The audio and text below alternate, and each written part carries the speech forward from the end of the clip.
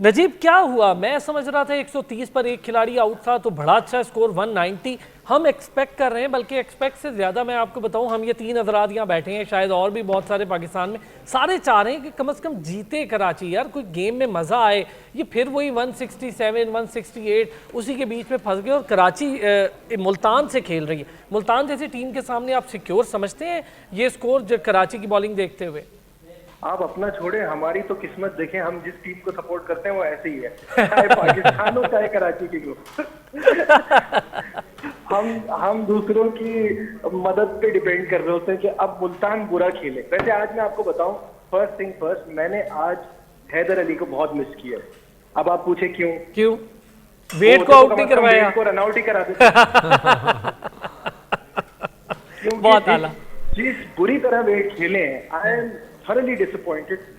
मुझे समझ नहीं आ रहा। आई थिंक वेट का ये आखिरी सीजन होगा पीएसएल का, इनको किसी और टीम को भी लेना चाहिए क्योंकि दिस इज जस्ट डिजास्टर।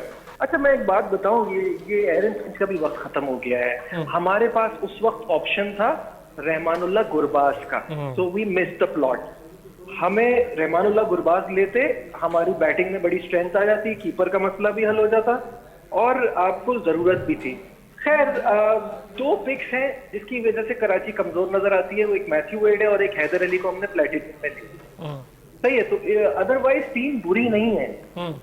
थोड़ा सा लक आपने देखा मैचेस में हमारे साथ नहीं रही।